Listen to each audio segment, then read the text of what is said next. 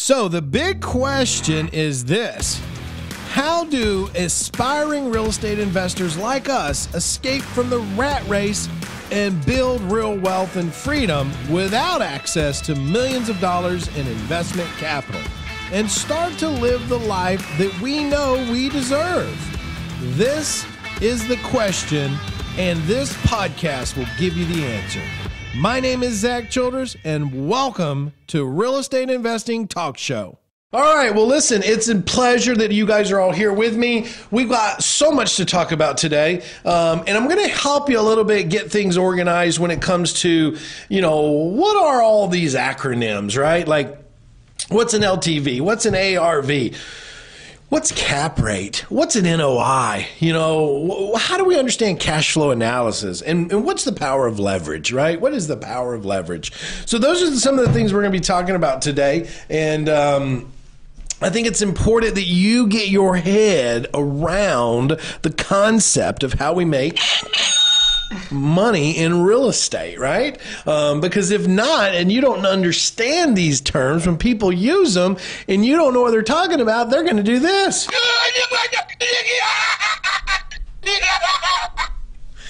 Yeah, I'm feeling kind of funny today.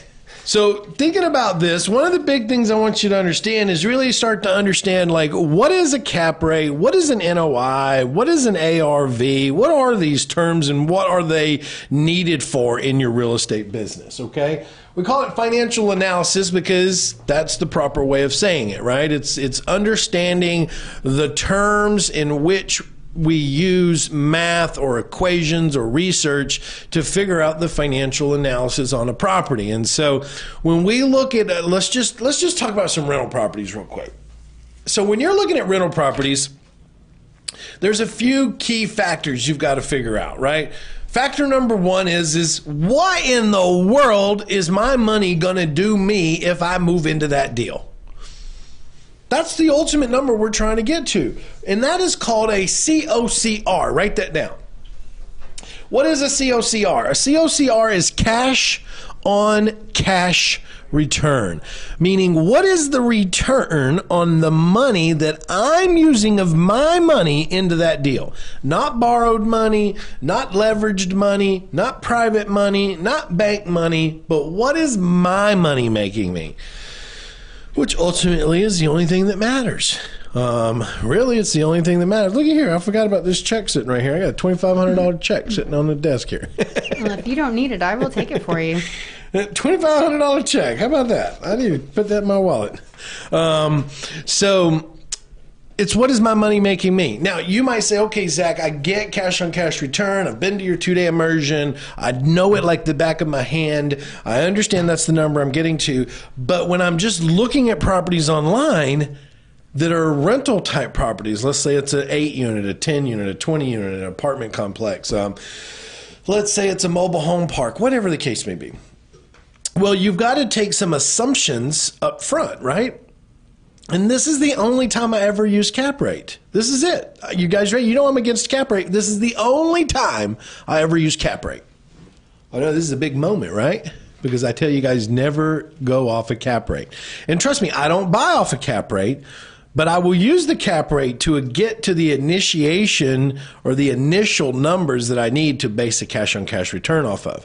And so when I'm looking at the property, a lot of times the seller or the broker will tell you what the cap rate is on it. So I take the cap rate. Let's just say we're looking at a property, I don't know, that has a 9 cap. And let's say they want, I don't know, $1 million for the property. $1 million times 9% means that the net operating income is $90,000. That is why we use cap rate. You take, hold on a second. That's wrong. Divided by 9%. Okay? 11, it's a T chart. My brain is going blank right now. NOI, cap, purchase. I don't know if you guys can see that, but that's what you should write on your paper right now. Can they see that? You know if they can see that? Waiting on it to pop up here. Well, hopefully you guys can see that. Write a T-chart, put NOI on the top, put cap on one side and purchase on the other side, okay? Yeah. And the reason that is because you take cap rate times purchase price, which is $90,000. So 9% times $1 million is what they want for the property. It's $90,000. So that gives you the top formula right here, NOI, okay? So the NOI on that building, if it's $1 million, no, you guys can't really see that, can you? Is $90,000. So now that I know what the NOI is, so what is the NOI? Net operating income. That is not a true number. Please listen to me. He zoomed in on that real quick, didn't he? That's not a true number, okay? It's not a true number. It is an initiation, or it's an initial number to get you started. But don't be fooled by the NOI. This is why I tell people don't use the cap rate, okay? Now, let's get clear on that, all right? But I use it to get to cash on cash when I don't have the financials, when I don't have the P&Ls and I don't have the rent rolls and all of that stuff, okay? So here's why. Because if I can get to the NOI, right, which is $90,000 on this deal, then I can now assume what is left to take out of that. The debt services. So on $1 million, the bank will probably give me $800,000 of that money. Okay, which means I got to come to the table with $200,000. So now I have to take an assumption of what my debt services is going to be on $800,000. So I'm going to take $800,000 times 0.006 times 12. That gives me $57,000. Okay, so we take $90,000, which is the NOI, minus the debt services, taxes, and insurance. That gives me $33,000 of true cash flow. That's how I run numbers so fast, okay? Because I'm looking on LoopNet or wherever, and if I see a deal, they're usually going to tell me the cap. And I can use that to back down to the NOI, then take an assumption of what the loan's going to be so that I can take out debt services, which gives me a $33,000 true cash on that deal, cash flow. Now, we can only assume that the NOI at $91,000 is based on their numbers and on how effectively are they running that property. That NOI could be higher or it could be lower depending on how old the building is, how new the building is, but that's just the initial look at. So remember, my first thing on rental properties is I want to know what the cash on cash return is. So now I know if I'm going to go get a loan, I got to put $200,000 into that. But what else do I got to do? I got to inspect the property. I got closing fees. So let's just say I got $225,000. So now I know that the estimated true cash on this deal is $33,000. I divide that by 225. That gives me a 14.6 cash on cash return. Now, do you understand the difference, right? Like the cap on this building was 9%, but my cash on cash is almost 15%. Okay? That's why I want you to understand you're not making 9% on your money. When you look at the cap rate, you're not making 9% on your money. That's the capitalization rate of the building itself, meaning that's the rate in which it's growing or which it's being able to be assessed at. You want to know on your money. That's why we use cap, NOI to get to cash on cash. And it's important that you understand that model. Now, would I do the deal at 15% cap or cash on cash? It just depends. I can tell you right now, I would never do a C-class building at a 15% cash on cash return. Never. Never. I'll do 25, 30, 35% on a C-class. On a B-class, I'd probably consider a 15 to 20. And the reason being is because a B-class building has potential equity. It has potential growth. It's not as, it doesn't have as much deferred maintenance. It's not, it's not the C building, right? It's the B building. But remember, when you're starting off on building cash in your pocket, you got to start somewhere where you can make more money faster. And that's the C-class building types. That's the ones that, you're going to get that, that aren't in the best part, but it's not a war zone. Let's be clear. That's D-class, but it's like right in between, it's like that next level, right? It's that next level. So, and I own a ton of C-class buildings, but would I take a 15 to 20? Yeah, on a B-class. Would I take an 8 to 15 on an A-class? Yes, I absolutely would, because you're just not going to get, I mean, an A-class building getting over 15%. I mean, getting 15% on an A-class building would be insane. But it's all about structuring of the deal, because remember, I'm not doing cap, I'm doing cash on cash. So less money, if I can work it where I'm getting less money in the deal, then I'm going to do that. But that's, when we're talking about cash on cash, that's how we have to work backwards. We have to go back and look at the cap to determine the purchase price, to determine the NOI, to then take out debt services to get to cash on cash. Now, it's important that you understand that, because NOI is net operating income. That's what they expect it to be. Cap rate is capitalization rate, right? Debt services is basically the mortgage payment that gets you to cash on cash return. Now, that's what gets me in the deal. But once I'm in the deal, I'm asking for things, right? I'm asking for 2 years of financials. I'm asking for rent rolls. I'm asking for financials so that I can validate that information. And if you've got somebody that's saying, oh, here's the reality. When you're looking at deals and you're running expenses, it's normal for a building to run at a 45 to 55, even 60% expense factor, right? When you're looking at a building and they're telling you, oh, well, my building only runs at 30% or only 40%, I can tell you right now, somebody better hit the BS meter, because that's not true, man. The only way that's true is if there's a lot of deferred maintenance that they're pushing off.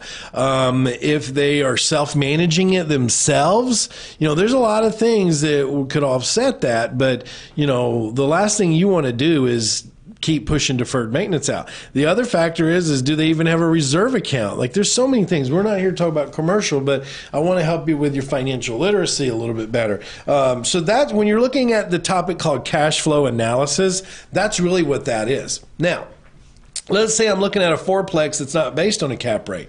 I'm going to do the same thing, right? I'm going to get to the NOI. I'm going to take gross rents.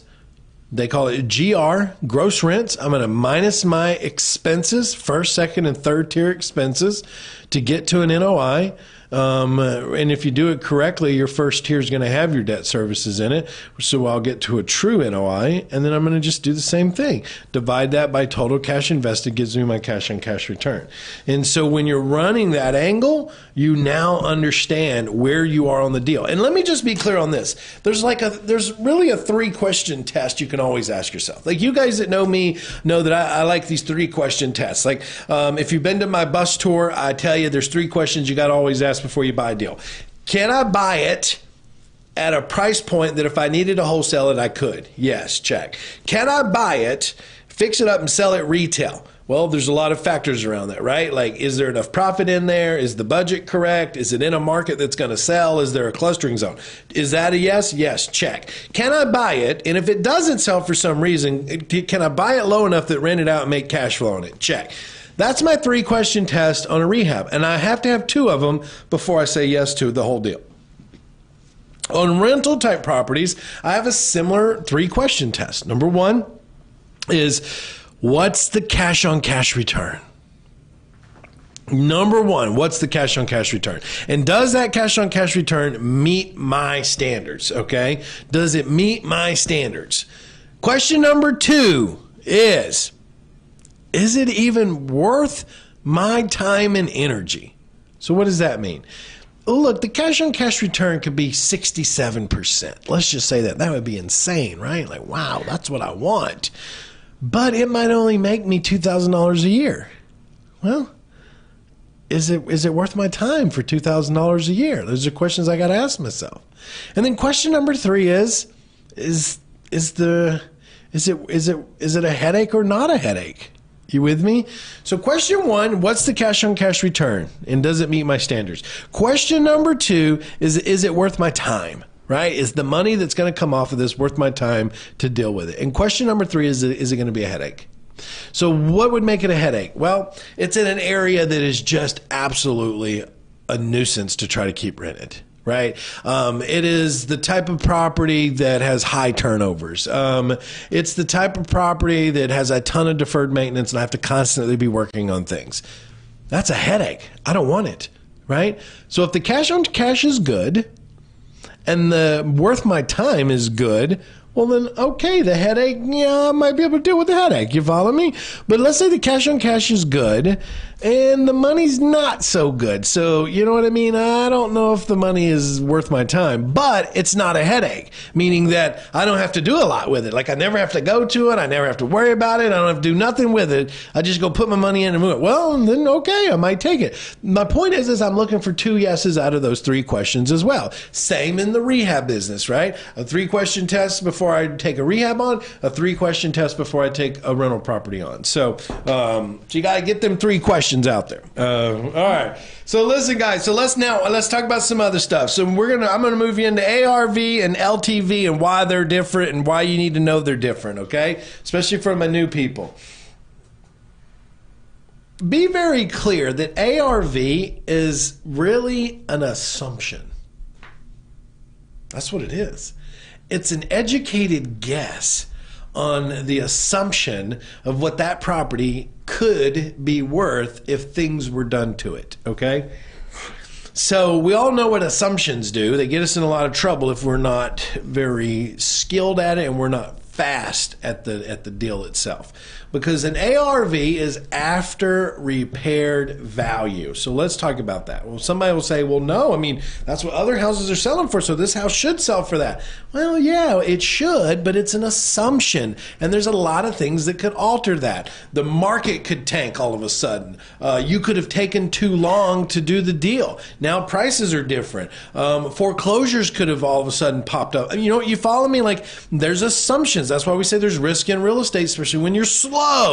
That's why we say don't do big rehabs when you're first starting out because it takes too long. So the assumption of the ARV that you thought was there, now 6 months later you're putting your property on the market, it could be completely different.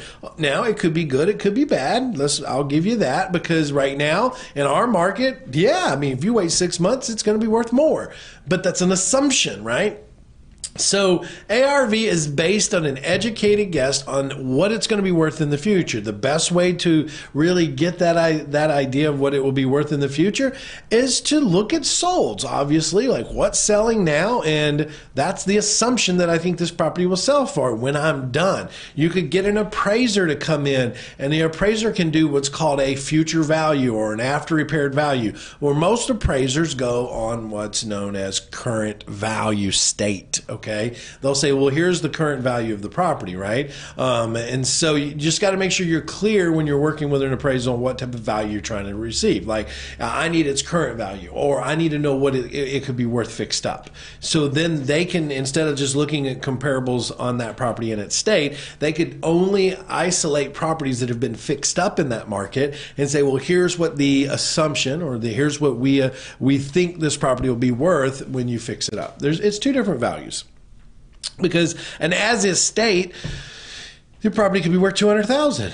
ARV, and after repaired value, your property could be worth $300,000, right? And so where you could go wrong, where homeowners do go wrong, is they go look at properties that's selling in the neighborhood for $300,000, and they go, oh, well, my property's worth $300,000. Well, no, it's not. The as-is only $200,000. Now, if you want to put in, Mr. Seller, $40,000, then yes, you could get $300,000, depending on how quickly you get it done and get it on the market, because the market could shift. It could go up, it could go down. It's really, an assumption, and that's why we always say it's an assumption, right? We're assuming that the market is going to stay where it's at right now when we get to the time for our sale. The challenge with that is you would be naive to think that the market is going to stay still, because it's a commodity.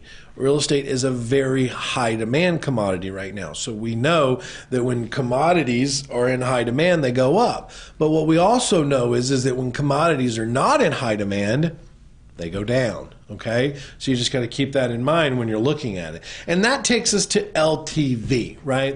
LTV is loan to value, and that's what banks go off of. That's basically what the contract is. So when you go into a contract with somebody for $200,000, well, guess what? That's the loan to value, because the banks see it as that's the value of that property in its as-is state.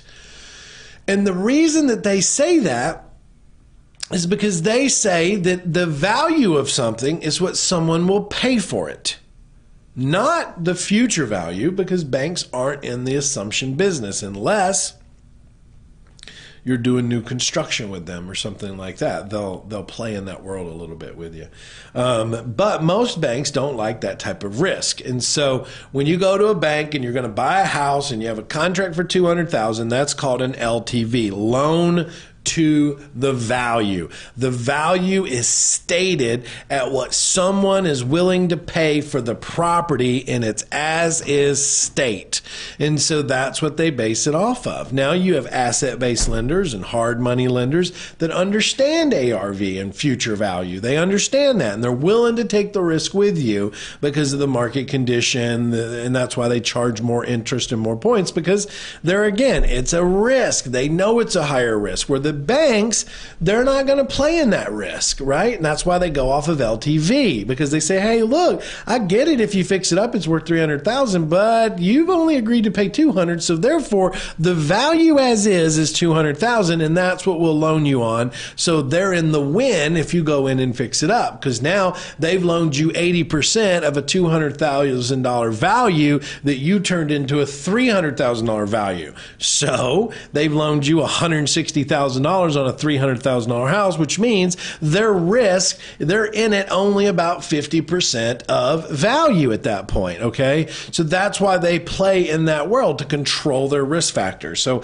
you just got to understand, when you're hearing that terminology, you need to know what LTV is. You need to understand what they mean by value, and you need to understand what after repaired value is, and future value. And there's a lot of, little nuances in that, and swimming down the river, and you can go a lot of different ways when it comes to that. So now the last thing I'm going to talk to you guys today about is leverage, and how important leverage is in your business. You need to get real clear that leverage is the pivotal point of a business in its growth. There's only so much you can bring to the table, okay? There's only so much. After that, you have to start leveraging. This is why I say leverage your way to millions. Leverage your way to millions, because it's the ideal aspect of being clear on the more money I borrow, the more cash flow I can make, the more assets I own that become more valuable over time. So I can leverage $1 million of borrowed money, and I can make, in a good time, about $200,000 off of that, okay? If I'm leveraging that money correctly. Let's just say that you're leveraging $1 million at a 20% rate of return, okay? So let's say, let me back up a minute. Let's say that you're holding $1 million worth of real estate, okay? The value is $1 million. You had to get a loan for 80% of that. So you had to get a loan for $800,000 to leverage against $1 million worth of real estate, okay? Now, if you've got $1 million worth of real estate, and that $1 million worth of real estate is making you, let's just say 30% on your money. So and this is why I want you to see how big the number is, but how much bigger you need the number to be, okay? So I go get $1 million worth of real estate. I'm going to leverage the bank at 80%. So they're going to loan me $800,000 for that $1 million worth of real estate. I got to come in with 20%, which is $200,000. If I'm making 30% return cash on cash, then on my $200,000, I'm making what? $60,000 a year off of $1 million worth of real estate. Now you're starting to see the picture. That's at a 30% rate of return. So you've got to start, you need to be leveraging $10 million. Do you understand? If you're making 30% on your 20% injected into a leveraged loan, and at $1 million, you're making 60, at 10 million, you're making $600,000 a year. So this is why I'm always saying leverage, leverage, leverage. Don't be afraid to leverage $1 million worth of real estate. Don't be afraid to leverage $10 million worth of real estate. Don't be afraid of that, because that's how you grow. That's how you start to multiply your capital. You start to create every 3 years, you're doubling your money. Every 3 years, you're doubling your money. And that's how you build more longevity, and that's how you build wealth, when you start to understand the power of leverage and using these banks. And if you're like, well, Zach, I can't use a bank right now, well, then you need to get your shit together, man. Excuse my language. But you need to get your credit fixed. You need to get some type of stable job to start making some money while you build your real estate business, okay? I mean, it makes me sick when people walk up to me and they're like, Zach, my credit's 400. I ain't got no job, but I need to do a deal. Okay, well, then wholesale. Wholesale. But wholesale is just another job. You need to be wholesaling and building wealth. So my advice to you as a coach is go get a job. Get a job so you can make some money, work on your credit, wholesale while you're doing that so that you can get stable enough to start buying rental properties from a bank. That's wealth, okay? If you're saying to me, well, I'm just going to pay cash for everything, well, then I'm not going to get on you guys too much today. I want to be able to pay cash for everything and not have to worry about No, you need to leverage. The worst thing an investor can do is pay cash for real estate. That's the worst thing you can do. You need to leverage everything. If you're going to spend cash, you spend cash on your business. You spend cash on educating yourself. You spend cash on growing your knowledge base. You spend cash on you, not your investments. That's what leverage is for. You understand? That's why we leverage. Smart investors understand leverage to the T. They know, oh, I've got $100,000. I'm going to use part of that for leveraging to get more deals, and I'm going to use another part of that to educate myself so that I can grow and I can be wiser and more intelligent. But see, some of you guys think, oh, I'm sitting on $200,000. How do I go spend that on real estate? Well, that's because that's what your mama and papa taught you years ago, and look how far it got them, okay? You need to back up a minute, and you need to understand the power of leverage and how to take the money that you do have and how to dissect that money and start spending it wisely to leverage as much. Here's why. I want you to just do the math. If I was making 30% on a $200,000 investment into $1 million deal, do you understand what that really looks like? That's like what? That's $60,000 a year, okay? Off of that property. So let's get clear on that. So the debt service on that is going to be, we just did the math earlier. It was like $50,000 the debt service, okay? So let's remove the debt service. So now you're up to $110,000. Okay? Because you're going to pay cash for it. You go out, you buy $1 million building for $1 million. You're making $110,000 off that building.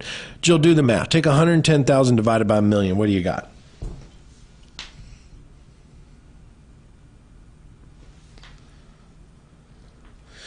It should be like 11%. Yep. So would you rather have 11% on your money or 30% on your money? That's the message I need you to hear from me today, okay?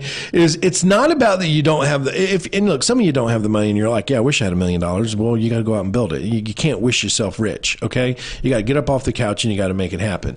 But if you did have the $1 million, the worst thing you could ever do is take $1 million and buy real estate with it. The best thing you could ever do is go build a relationship with a bank, leverage their money, and triple your return. Triple your return. Take that $1 million and spread it out over multiple deals. Take a portion of it, invest it in yourself and your business, grow your infrastructure, grow your knowledge base, grow who you are as an investor, and then leverage the rest of it out. And you will be, in every 3 years, that $1 million will be worth $3 million now. Listen to the math. That $1 million in 3 years will be $3 million. That $3 million in 3 years will be what? $6 million. That $6 million in 3 more years will be $12 million over 9 years. Or we could go buy $1 million worth of real estate with $1 million and make 11%. And over 9 years, I wouldn't even have all my money back.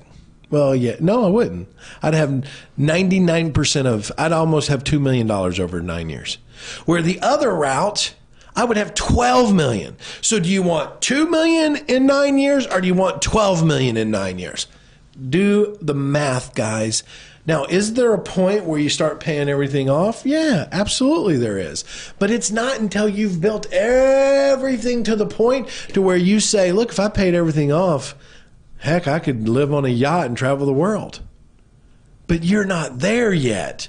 So you have to leverage that money and leverage it to the max, okay? Leverage it to the max. So when you get to the point that you're making, I don't know, $200,000 a month if you pay everything off, okay, then start paying everything off. Pay it all off. Now you're making about $3 million a year. If you want to live on a yacht and travel the world, you're going to spend about 50 grand a month for the yacht. So, you're good. You're good. Hit the water, man. Take the kids, get you a homeschool teacher. That's going to cost you another 50 grand to live on the boat with you. Now you're 100 grand. Well, now you're 600,000, 700,000 a year out. Then you got to add in food and travel and, all the excursions. You're probably $1 million out a year to live on a yacht and travel the world. So now that means you're banking $2 million a year in savings off your investments. Now, who's with me on that? Spend $1 million, travel the world, save $2 million every year. I couldn't save $2 million because I'd probably want to go reinvest it, but that's just me. So. Right. All right. Anyways, that's my pitch on leverage, guys. You got to leverage. You got to leverage your way to millions, man. You've been listening to the Real Estate Investing Talk Show. I'm Zack Childress, and I'm on a mission to create 10,000 real estate bosses over the next year. Will you be one of them? Head over to my website, reisuccessacademy.com/web class, and register for my free web class where you'll discover how to escape from the 9-to-5 grind and become your own boss in real estate. See you there.